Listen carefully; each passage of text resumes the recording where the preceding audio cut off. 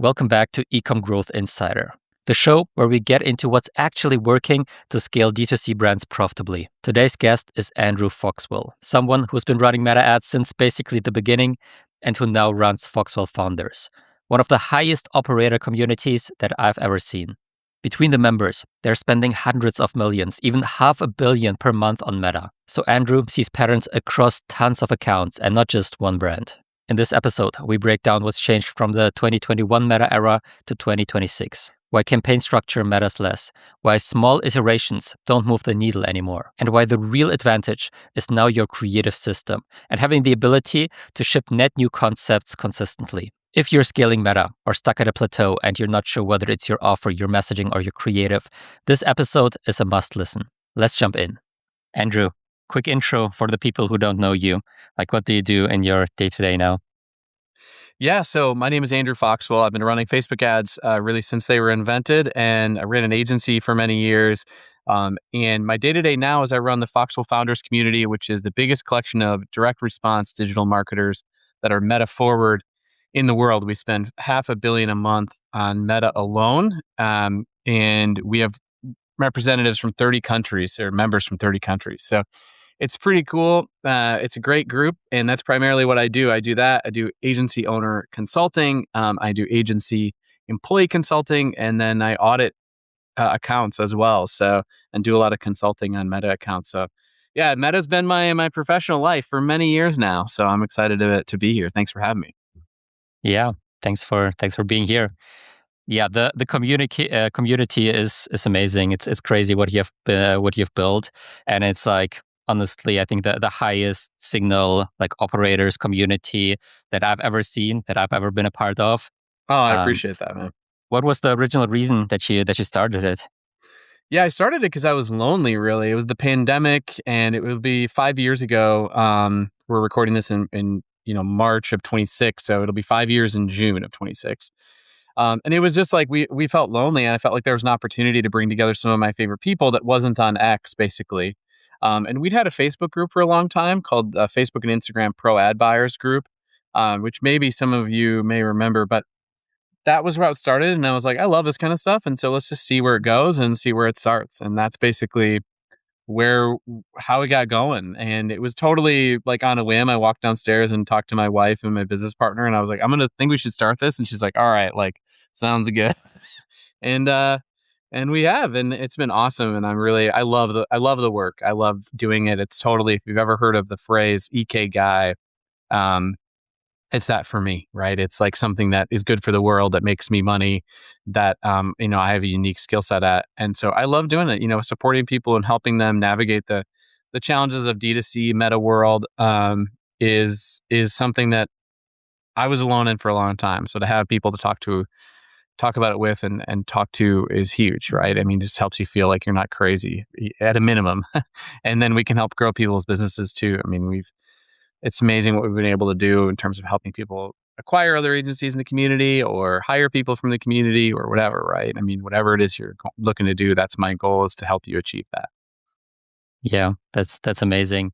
I mean, I also, like, when I started the journey of running ads and being on the Meta ad side, running a business, I was also like really lonely in the beginning. And I also met a few people through like random Facebook communities, Facebook groups, and that definitely like helped a lot. And I'm also still in contact with those people. So yeah, I get the reasoning behind why you started that group. The reason I'm really excited to have you on is because you obviously, with the amount of spend that the whole group has, and with like being in the industry for so long, I imagine you see patterns across like hundreds of different advertisers and not just one account. So I'm curious, like, if someone like really paid attention to paid ads, like to Meta ads the last time, like 2021, and what do you think would shock them about how things are going in 2026 and how the day-to-day looks like today? Yeah, I mean, I think a big difference is, I think there's a number of major differences. One of the main differences, if we're looking at, let's just say 2021 versus 2026, is a campaign setup, right? So just in a simple side of it, it's a lot simpler than it used to be. It used to utilize campaigns and ad sets and do micro targeting more, utilizing interests and lookalike audiences and things like that. And they were separate. And so you'd have funnel set up, you'd have a top funnel, middle funnel, bottom of the funnel. And that's not the case today. So today it's very much a full funnel setup.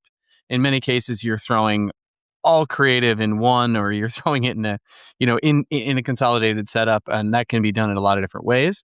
And that's typically the biggest change I think people would be surprised by. I think the other one is the creative as well, and how much work has to go into as a meta marketer now, developing and understanding new personas, new angles, new hooks on your creative, and building new creative to speak to different segments of your customer base, as well as where your different segments of the customer base, depending on where they are in the journey. So I think, that is a huge one. You spend a lot of time now thinking about, how do I expand our total, addressable market, essentially utilizing better creative. And that can be done via video, via static ads, via catalog ads. So the actual formats haven't really shifted too much in terms of the sizing and things like that. I mean, still, trying to run 4 to 5 aspect ratio videos where you can, etc. But I think that's a major one that's different. That's different as well. So the creative, the campaign setup, and I would think, going into 2026 and even further, 2027, the ad serving engines that Meta has are much more sophisticated than they were then. So, Meta's really taking time to look at, what are the landing pages saying, what are the, um, you know, what's the person doing on the social content itself? How long are they spending on the landing page, and are they looking around, et cetera, et cetera. So that's something that's with and what's happening organically as well. That's something that they came out and talked about with Gem. More as the ad serving model under Andromeda. So it's like, you have to be thinking about that, and it can't just be like a picture of a shirt on a white background anymore. It's got to be much more sophisticated than that, and you really have had to become a more of a marketer, really, less of a button pusher as a meta marketer. Yeah, I definitely agree with that side of things. I mean, also, I'm not as long in the meta ads sphere as you are. I think I started around 6 years probably. But even back then, like, things have been completely different, and like it was the results that you were getting were heavily dependent on what buttons you were pressing, what settings you would pick, what audiences you would target. Obviously, the creatives were probably also important, but like, you could have the most basic stuff going on, and it would still convert, it would still get results. And over the past few years, a lot has changed. That is not the case. Um, what do you think is people still get wrong about Meta right now? I mean, I think there's a certain amount of people that still think about it in the 2021 timeframe, which is when a lot of us learned Meta. And I think a lot of people are still thinking in this, like, it has to be done by funnel stage, it has to be top funnel, middle funnel, bottom funnel. I think that's a big one, and people still think that you have to utilize like micro targeting and in utilizing things by funnel stage, and not thinking in terms of creative led targeting and consolidation from a campaign setup standpoint. So I think that's a big one that I see people getting wrong. I also think people, you know, get wrong on meta ads, the fact that they're not understanding that small iterations aren't enough to signal change for the meta algorithm. So, you take somebody wearing a blue shirt versus a red shirt, and you're like, well, this will be good, I'll try it with a different color. And that doesn't necessarily mean something different to meta at this point in time. So really what you're trying to do is push and utilize net new concepts as much as possible, to get them out there, and to try to speak to people in a wider selection of people than maybe you would have, or speak to them differently, or think about the challenges that you're solving from an emotional standpoint or whatever, right? So getting into that side of it deep, more consumer psychology, I think, is something that people get wrong. I think a lot of people get wrong as well the technical setup of it all. There's a lot of pixel issues that I see often. There's a lot of double firing. There's a lot of event match quality that's not very high. And that can really hurt things as you try to scale. So those are I would say some of the main ones. The things that have always been on Meta have remained the same. Like, there's always technical errors. There's always glitches. There's always Yeah. downtime. So that stuff hasn't changed too much. But I think in terms of like what people get wrong, those are probably some of the main ones. Thinking about it in what it used to be versus what it is today, and really studying like how is Meta saying that they're looking at this. I think to be a good Meta marketer as well today, you have to be pushing boundaries in terms of your understanding of not only a customer base, but of like what is currently working from a creative standpoint in the target demographic that you're attempting to go for. So, that can mean a lot of different things. That can mean right now it's Yapper ads for a lot of the United States, for a lot of the Western world, right? And that's something that's utilized in creator opportunity, or like creators are using that a lot. And so that's something that we took from them and are adapting to ads. So you sort of have to be always hustling and understanding and knowing that you don't know to be effective, I think, today. Um, Mm. Yeah. And I think, another one is creator partnerships, whitelisting. Like that's such a massive unlock for so many people that a lot of people don't utilize. And it's something that can, if you're not doing that, that's something that can add a lot to your bottom line, definitely, and can help you with creative diversity quite a bit. Yeah, yeah. That's also what we see in the accounts work like really, really well at the moment. And I mean that's also the direction in that Meta as a platform like wants to go.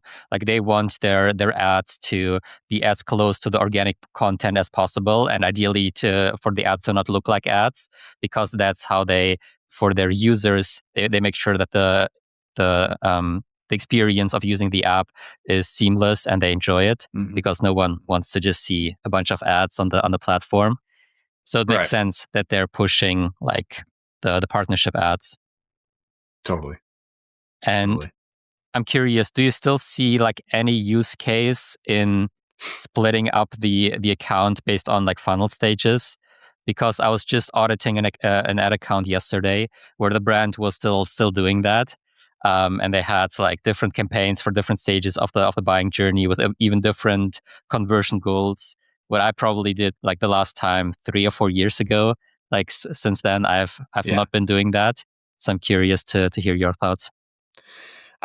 So I think, everybody does this a little bit differently. So I think that if it depends, and it's always contextual too. So, a lot of the accounts that I have visibility into or that I get, every member of the Foxwell Founders community, as you know, gets an audit every month.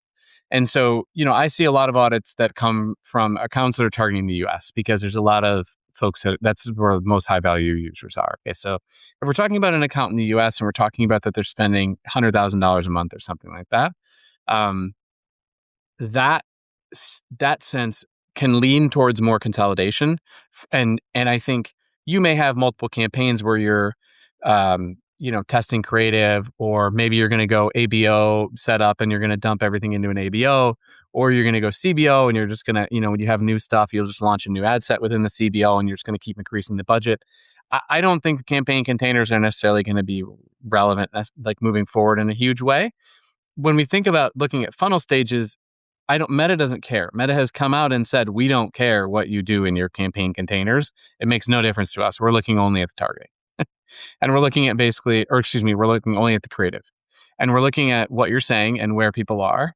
And that's where we're going to serve it based on where they are dynamically. So you don't have to worry about this. But this is like a function of what we're still doing as ad buyers.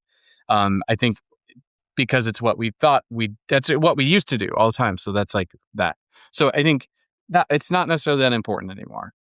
In terms of the one caveat to that is, I think there's two caveats. One is if it's a smaller account, right? So I think there still can be validity in this. And we have some members that are in the UK, and some of these people that are advertising for spending $5,000-$10,000 a month, or whatever pounds a month. And in that sense, like I still think separating out stages can be helpful and can be useful, potentially, right? Especially to get sort of initial traction. Sometimes that can be useful, but not all the time. I'd say that's but I have seen it work with funnel stages more recently in those areas. Okay. So that's why I say that.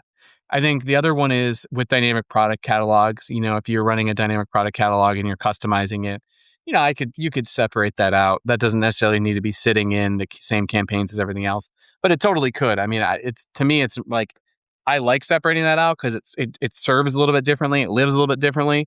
But other than that, like I pretty much am consolidating. I'm not separating by funnel stage anymore. So you're trying to make sure that your naming conventions are good on your creative so that you can like look at this and sort it that way so you understand really we don't have a lot for middle of the funnel or whatever. And that's the work that you're doing in funnel stages. You're not doing it in the container side at all, really. Yeah, that makes sense. I mean, I also like separating the catalog ads from the others. Mm-hmm. But yeah, apart from that, I prefer having everything as consolidated as possible. Cool. Um, That's good to know. Sometimes I'm like, this is what I think, but I don't know. It's yeah, like, so I'm glad you agree. yeah. I mean, we're all just figuring everything out along the way and Oh yeah, testing stuff and absolutely. seeing what works. Absolutely. Um, you mentioned obviously creative diversification is a huge topic. Mm-hmm. Like I would say since the beginning of the last year, everyone has been talking about nothing else from what I'm seeing. Like what is from your perspective, like what are the most important dimensions when it comes to like actually having creative diversification? I think I think creative diversifications right now, and let me know if you agree with this, but I think it's not necessarily around sizing or around the format as much. Meta is already pushing us to make they're already pushing us on automatic adjustments everywhere, and even if we're turning the things off, like they'll turn them on and not tell us. Like there's no that kind of crap happening. So like I think it's important to point out that it's not necessarily around like first of all, I like making a lot of 16:9 and 4:5 aspect ratio stuff. Usually 4:5 is like what we'll lead with. If Mhm. the person hasn't done that a lot, that's what you're leaning into because 4:5 aspect ratio generally will look good in stories. It's going to look good in the feed, or it's going to look okay in the feed. And there's going to be some places where it might not look that great, but that's okay. So that's just what Meta is today. And you have to have this conversation with a brand owner that you're working with. Like, look, like this is not going to look perfect all the time. Okay, you have to be prepared for this.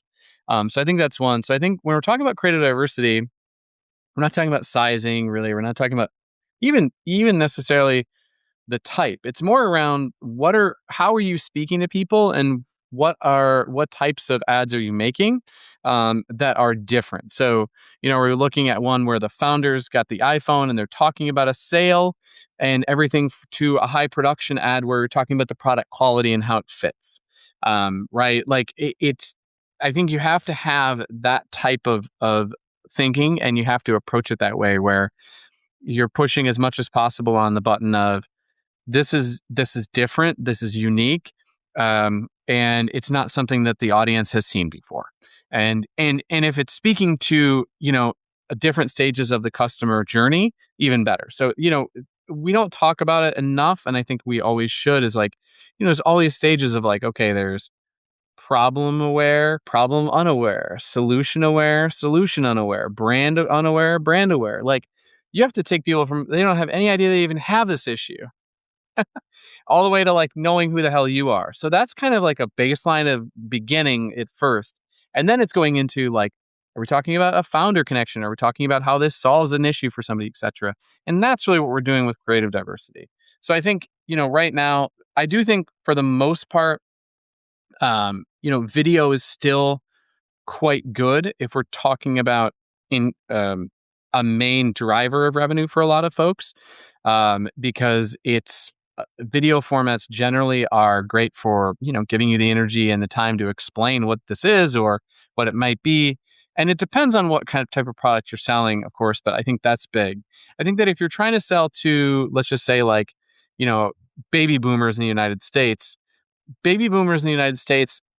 you want to try to look at what they're looking at in their newsfeed, and typically what boomers like what they see a lot from friends is like long posts without spacing properly and like weird pictures. Okay, so I had a person the other day that maybe you saw this post in the community that I was like, what's the best ads that are running for you? And this guy shared a photo of the like ugly feet of like one that had fungus and one that didn't. And then the post had to be like 1,500 characters or whatever, but he said it's Yeah. printing money for them. And I think it's because it mirrors what they would see normally in their feed from other people, right? So it's like you have to think in that sense as well from a creative diversity standpoint. So creative diversity, everybody talks about, and they're like, oh yeah, you gotta have creative diversity. But really what you're trying to do is like, what's different? What are the objections people have, and how are you creating visual elements that are going to pop out in somebody's newsfeed and be different than what they're seeing from a brand normally. And sometimes it's matching what the other content in their newsfeed, and sometimes it's not. But that's a big part of it. And you don't really know until you start taking swings. So yeah. Yeah. Yeah. That makes sense. Would you recommend for a brand to still do like different hook testing with like literally only changing the first few seconds of the video and then keeping the rest the same? Or is that kind of a waste of time with how the algorithm is working? Yeah, I mean, I would if 6 months ago I would have said absolutely, right? And now now that what they've told us on what they're looking at, like I don't think that's I mean, it's a right. I'm not saying it's a terrible idea, but I don't think it's going to necessarily make the it's not going to be enough to move the account forward in the way that's necessary to really scale, right? So it might be like all right to make a concept live a little longer if you're just changing the hook, but Meta's looking at the whole creative. So if it's not different enough, it's not going to gain traction enough from a scale standpoint for it to really go up. Now, there's exceptions to this all the time that I've seen, but yeah. Yeah. And I've heard you mention the riches are in the niches before. How do hmm you explain that in a world where we are basically only doing broad targeting on Meta? So I think, you know, when we're talking about this, it's definitely trying to make sure that that particular question, the answer is trying to make sure that the creatives that you're building are speaking to niche, really specific problems or solutions that that product has, or problems that the consumer is having. Okay, so you have to get really in depth in understanding that customer base in order to be able to do this. But that's something that's very rare, and it's hard. You can tell a good advertiser because they will really understand, like, oh, that's what they're thinking about, that's what they're doing, and they've built their own personal news feed or like a fake account on Instagram to build what that person would be seeing and what they're looking at, because there's a lot of niche issues that people are facing that they're looking for a solution for. And this could be supplements, this could be, I mean, it's really crazy. Like if you let's just talk about supplements for example. So you have a supplement, you talk about you have some sort of supplement that deals with support on hot flashes or something, and it's like menopause support or something. Okay. So you go through this idea and it's like you wouldn't know that. But if you start curating your content to know, they'd be like, oh, like everybody, they're all talking about like hair loss, this, that, and you can see the commonalities between it, but they can see that then how they're talking about it, and you can build your ad to specifically address those issues. And that's a massive leg up that a lot of people don't think about. So yeah, that's how I tend to start to do it, but it requires to build net new concepts and to build new ideas. It requires a lot of time and energy that like eh, that you didn't spend doing this before. So Yeah. that it's a different thinking, it's a different way of thinking, but it's really powerful.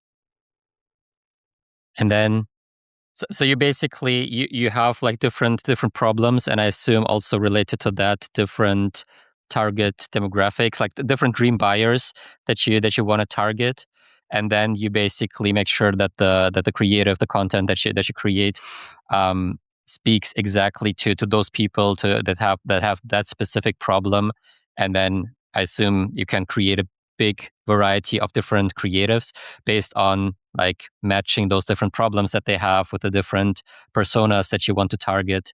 Because most brands, they have not only like one target avatar that they're targeting. It's usually 2, 3, maybe 5 different ones, and they all also obviously have different problems that they're dealing with, why they would want to buy the product. Yeah, I mean, so much of it is diving in way deeper than you ever thought you would need to in terms of understanding what that is, so you can make better creative that's going to speak to those issues, and the solutions that you have. So that's what, in terms of the riches are in the niches. That's what it is now, and I mean, I've seen ads that shock me in terms of how specific they are now, right? Of like, there's an insole company that I bought insoles from a few years ago, and I don't use the insoles anymore because I've used them for long enough that they smell. Okay. Obviously, I have stinky feet. This is who I am. And it's like the, and like, I got an ad literally like 2 days ago on Instagram that was like, "Hey, are the insoles you bought from us smelly? Like, get a new pair for 50% off." And I was like, Wow. "Yes." Like, that's the exact issue that I'm dealing with. That's why I haven't touched them. And so it's like, that kind of, and obviously now I'm in the retargeting flow. I'm going to be, or, whatever. I'll be, see that So ad you for the didn't next buy 6 yet? months. No, but I mean, obviously this is coming, they already addressed the issue that I have with it. Um, Yeah. so yeah, so it's fascinating in that regard, of how specific you have to be in thinking about it, right? So it's so many people, I think so many people that are marketers, and so many of us that came up in this Facebook ads world, the lever that you used to push was promotion. And if you look across marketing, that's used all the time, right? People are like, "Oh, it's just put a sale on it." And it's not enough around the product quality. And it's not enough around what makes it different. And it's not enough around what sets it apart. And so that's really something special. Um, that I think if you can start to think that way, you will make better ads and you will have better results in your campaigns. Yeah. Now, somewhat more practical question. You do quite a lot of audits of accounts and have a lot of insights. Let's say a brand is stuck at, for example, 5,000 per day in ad spend. Like for you, what's the fastest way to diagnose whether the issue is the messaging diversity, creative fatigue, the offer, the landing page? Like how do you approach that? I mean, I think it's all of it. I think if I'm auditing an account, the first one obviously is that I'm looking at is like, what's the creative saying and how are they talking about it? And have they basically found, usually what you'll see is it's like one winning concept or two, and they've doubled down and continued to create versions of that. And there's not enough net new thinking. Okay. And that's usually a function of the founder running the ads, or not having an agency, or they have somebody in house that's also doing 10 other things. So it's like don't have the time, or they don't have a creative strategist that's in there making banger ads basically. And there's no system to come up with new shit. So that's like a big one that I'll see. And that's the main one that we'll look at from an ad standpoint, or from an audit standpoint. The next thing we'll look at it from an audit standpoint is like, what's the setup of it, right? Is it overly complex? And is it like hurting because it's overly complex? And typically what I'll see with this is there's like testing campaigns and they're still utilizing the graduation method. Okay. I'm not saying this is wrong, and it still can work for some people. But there was this idea a few years ago that you'd test something, and then if it worked, you'd move it over into a campaign. Well, this is like a sure way to make sure that what was working to not work. You should just scale it in place and not have a graduation technique work, or you shouldn't be graduating and not be utilizing the graduation technique. That will typically it kills the performance, because it's like working and then you're taking it out and being like, "Oh, we'll go over here," and it's like, "Well, wait, I was working over here." So that is another one that I'll see, and from a complexity standpoint. If we're so then we'll go and look at, the website itself, how what does it look like on mobile? What does it look like on desktop? I mean, we're obviously always focusing on mobile because that's where predominantly people are looking at it from, especially from a first interaction standpoint. Does it make sense? Is it clear? What's the promise? What's the guarantee? What's the feeling of it? Right. So that is something that we're looking at, is like, does it, if I try this, like, what's my recourse if I don't like it? Is a big one. And, how easy is it to return or whatever? And is there enough like objection busting? And is there some sort of, if you have a number of products or low dollar product, is there some sort of bundle that's making it easier for people to buy more? That type of a thing. Because the more you can obviously raise the AOV, the better off you're going to be in terms of having more room in your CAC. So that's another one. That's like the next phase that we'll get into. And then the final phase is the looking at the events and the event manager and seeing if there's any mismatches there, and saying, okay, looks like there is some issues there. Looks like it's not, the match rate's 40% or something like that. But predominantly, if you look across all of those things and you look at it from a percentage of 100% as the audit, 70% of my time is going to be spent on the creative stuff. It's just because that's where the most opportunity lies in most cases. And there usually hasn't been enough thinking or changes or, even a discussion on offer, like we talked about, which can go in under that ad creative piece. I think some people would put that a little bit differently under like promotions, offers, bundle building, things like that. But I'll put that under the creative because that should talk about that to some degree and be in there. So that's where I'll spend most of my time. And then it goes down from there.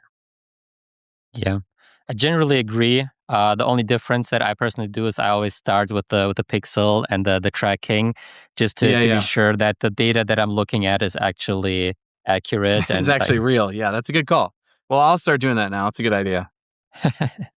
yeah, but yeah, I mean, I also would recommend like 70% on the creative is the right way.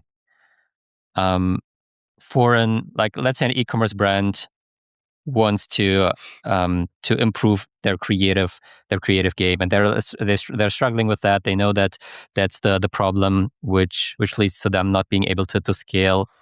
What would you say does a good creative structure or creative org chart look like for a foreign brand, depending on the size?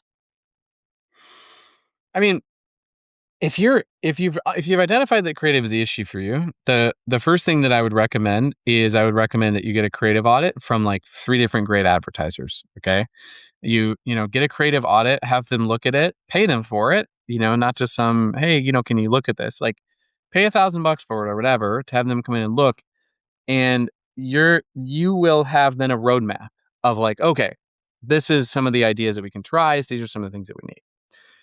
Then from there, in an ideal world, you're hiring a creative strategist that's working with the media buyer.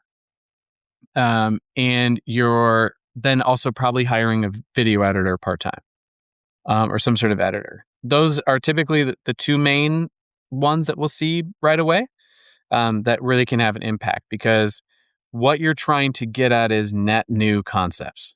That's the goal. You want to, Zach Stuck, who I do the Scalability School podcast with, he runs, a bunch of brands, and one of his brands is spending $500,000 a month. Okay. And they had 300 plus net new concepts. And it was the Wow. biggest, that was in January. And that was the biggest scale that was the most they'd ever grown. And it's because they're speaking to more new people. You don't think about, like, when you're targeting a certain group of people at $10,000 a month, that's a really relevant group of people. And then as you start spending more, that group of people gets less relevant over time. And so you have to be speaking to them differently. So yeah, so that's what I would say. So if you're kind of thinking about it, I would think, and even if you don't want to hire somebody full time, you don't want to hire a creative strategist full time, you don't want to hire a video editor full time, there's freelance creative strategists in our community. There's tons of, it's like even fractional. It's like a CMO.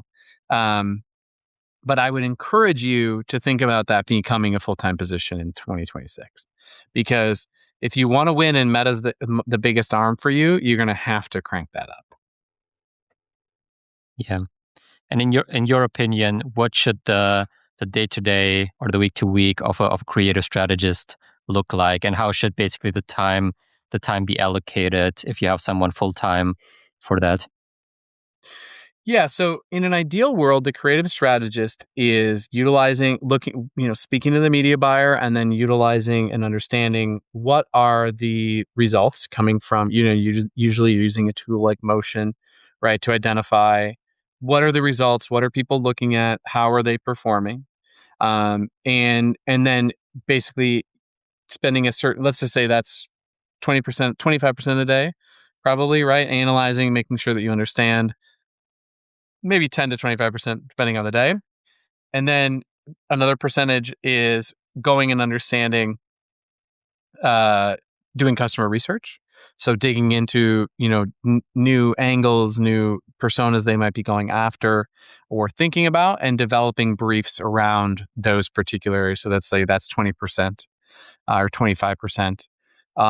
And then, a big chunk of that is writing briefs. So preparing the work that you've done previously. This is what it looks like. This is what we need. Sending it off to a designer or a video editor and having those creatives be made. And then becoming the pipeline of reviewing and editing and making sure that those go back to the media buyer to make sure to be uploaded properly. So that's what I would say that, a creative strategist should be doing on a regular basis. Um, I do think that there's a degree to which a creative strategist is spending 10 to 15% of their time or 20% of their time understanding and utilizing AI and LLMs to figure out what they can do to continue to expand TAM for the brand. So it feels like it's not as tangible as like putting together a brief and putting it over there. But I do think there's more to that in terms of, like, you need to be spending time thinking about this, and you need to be spending time messing around and seeing what we can come up with, right? And that could be building a bot that looks at, you know, Reddit reviews or whatever. I think that to innovate and to be innovating and innovative and growing, you have to have the creative strategist that's experimenting with AI creative or whatever. I mean, because I think that's one way that you're going to stay ahead, because this stuff's evolving so rapidly that if you ever have a creative strategist that's caught on their back feet, it's not going to be as productive. I don't know. What do you think? I agree. I agree. I mean, AI is getting huge and is just, I think it shouldn't replace any work that the creative strategist is doing, but it just amplifies it and makes it like significantly faster, or should allow the creative strategist to pull the data and make decisions faster and just take over some of the tedious work that no one really wants to do, but that has to be done because it's important Right. in coming up with the briefs. Absolutely. Absolutely agree. And I'm not sure, without any context, it's probably a tough question to answer, but what would you say, what are the success metrics for a creative strategist, or what should be the main KPIs to determine whether the person is on the right track and getting the right results? I mean, certainly, are they putting out net new ideas? So that's a huge one. I think, are they putting out net new ideas? I think, you know, any employee, creative strategist or not, to me, I do a lot of agency owner coaching. And a lot of it is you have to make sure that the employee is enjoying what they're doing. So I think just being like, do you like this? Are you jacked by this? Are you stoked to do this work?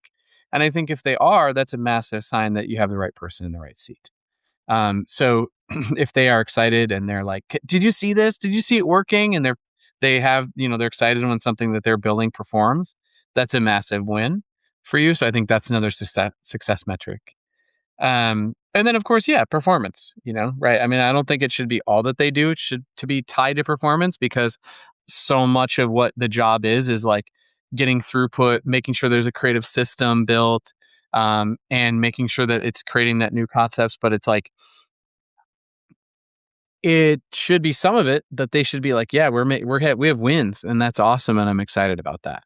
And so I think that's kind of how I would gauge that. But if they're not doing the second one, if they're not enjoying it, the other stuff's not going to come. So you really have to be pushing that as much as possible. Yeah. Yeah. That's very important. And if you're let's say you're a creative strategist and you're working with a brand, um, for example, a creative strategist from an agency or part-time working with a brand, and then you put out the best briefs ever, but the brand doesn't implement them, or they don't do a good job at doing those, like incorporating those briefs, and nothing comes out as you would like it to come out. How would you approach that with a brand?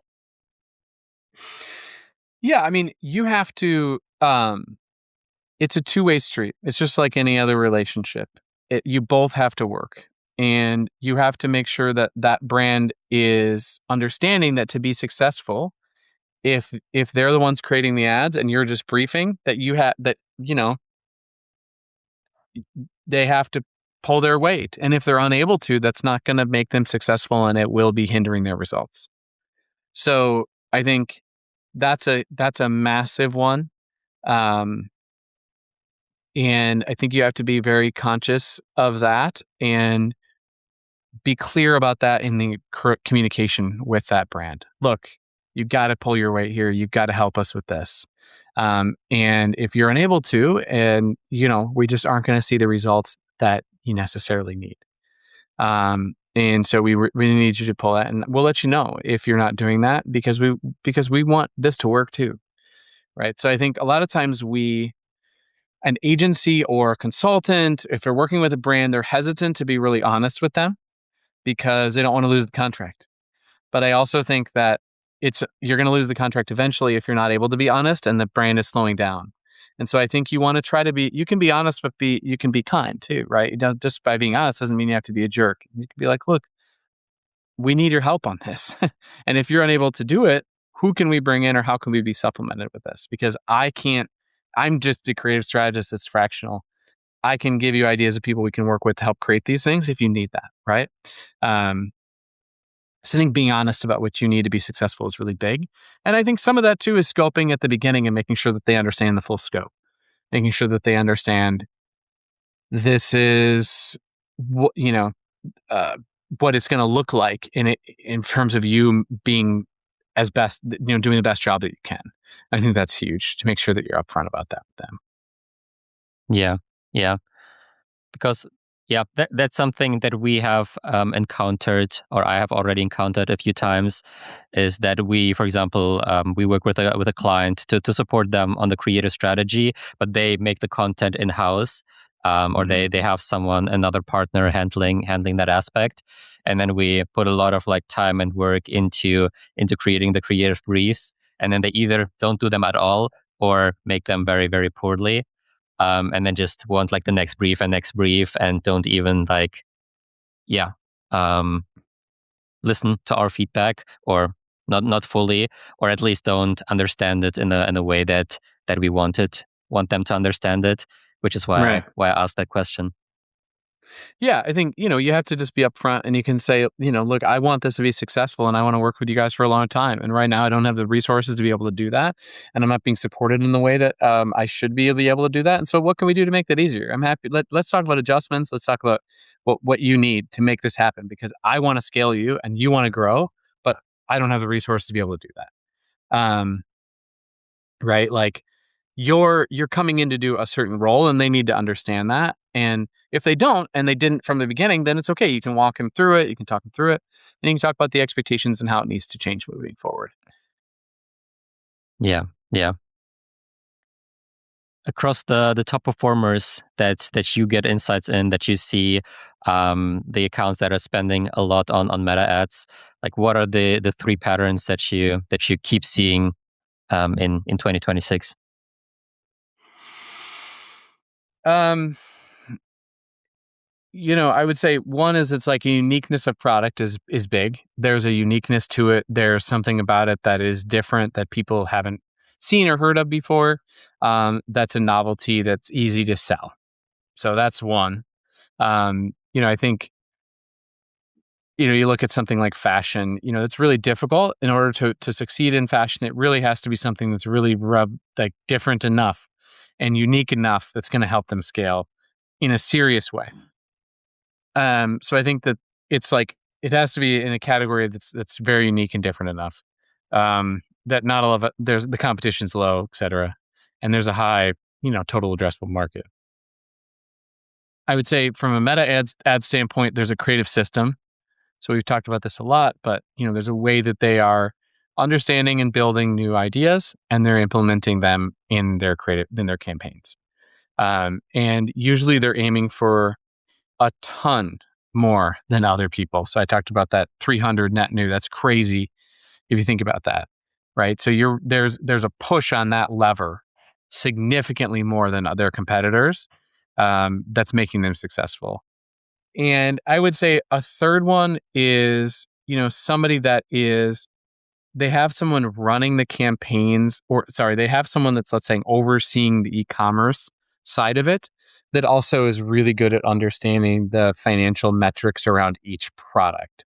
So not just the financial metrics of the business, but they know that the margin is better on this product versus that product, that this, and so they're able to put together bundles and offers that are not only attractive to the consumer, so they have a meta marketing standpoint, they like know what to do in that sense from a net new, and they're solving problems, but they also know how to put together products and bundles that are lucrative and have a better AOV, than what another product is that's being pushed. And they can see the difference between those things. I think for a lot of us, it was like pushing. Let's see, we pushed all products, and that was our goal. It was like we'd find one winner, two winners, and it was like, great, run with those products. And I think the sophistication of those that are really scaling, there's a three-dimensional chess being played, that a lot of other people aren't seeing and thinking about. So that's something I see from those folks. Yeah. We're also definitely, as an agency, making the shift more and more towards being way more involved on the financial side of things with all of our clients, because we've realized over the past few months, even longer than that, how important that is. And as you mentioned, like on the one side, it's obviously the overall business metrics. Like a few years ago when I started, I was always only looking at like how are Meta ads doing, how are Google ads doing, what are the in-platform metrics. Then kind of transition to like the overall business metrics and the business health as the North Star metrics, and then only and then the other ones. And now, as you mentioned, we also pay more and more attention to deeper financial insights and analytics in terms of how the products individually are doing, how to come up with an offer that has the highest possible profit margins while still being attractive to the customer. Because that's just how those businesses win long term, and how they can afford to be more aggressive on the paid ads, spend more to acquire a new customer, and all of those things. Yeah, definitely agree. Last question. What would you say is currently overrated from everyone talking about meta ads and scaling brands? And what would you say is underrated? I mean, overrated is like, I think sort of the Manus and the stuff that Meta's got it all figured out. I think that's a little overrated personally. Meta is such a massive company, and they generally don't do a very good job of understanding the fundamental consumer that is like the ads people of like what we're doing. And so I think that's overrated, that kind of like the optimizations this stuff can make. I think it'll be all right, but I don't know if it's going to be world changing at this point. So that's, I'd say, the most overrated piece. And AI generally is a little bit, AI is underrated and overrated generally, but I think it's like everyone's building a new thing right now. And I think that that's good, but it can also distract from like the fundamentals of like building better ads, which is what we primarily need to be doing. Underrated right now, That's a good question. I mean, in terms of looking through the lens of success on meta advertising, underrated is probably systems, right? Like probably having good systems that are repeatable, that are built on good process that can bring you more net new ideas into the ad account. And I think there's not enough focus on the system of it and what that looks like and how it's built and how it's going to make sure that you're bringing clients or your company more net new. I think that's a big one. Do you think media buying will be completely automated? No, I don't think so. I mean, I think there might be parts of it that are automated, but I don't think it'll be completely automated. I think there's always going to be, there's enough complexity with pixels and everything else, and that's going to be part of it. Depends on how you define media buying, but I don't think, I think there's complexity enough in that. I think there's also enough, how do I say this, like laziness of advertisers, of like brands. Laziness is the wrong word. It's out of their core competency. And so they're like, I don't have time for this. Like, I want to pay somebody to do this. Like, I could build a fence. I have like a new fence in my house, like between me and my neighbor, but like I could build a fence probably, but like I don't pay somebody to do it because I'm not going to do it. And I'm going to hire somebody that's better to do it. And I think it's always going to exist, that kind of thing within meta ads. So I don't think everything will be fully automated. I think certain pieces of what we do will be automated and be made easier, but it's not going to be perfect by any means. No. Yeah, I agree. I think they will automate a lot over the next few years, but I think there will still be a lot of things that need to be done for it to work. Where can people follow you and learn more about the amazing Foxwell Founders community? Yeah, you can foxwellfounders.com, foxwelldigital.com/blog is where we publish tons of great content. You can find me on LinkedIn, of course, and on X. Yeah, check out foxwellfounders.com if you're curious and apply if you feel like it's a fit for you. Awesome. Thank you for being here. It was a Thanks. pleasure to talk to you, and also thank you for building out the community. Really enjoy being part of it. Yeah, thank you, man. I appreciate it.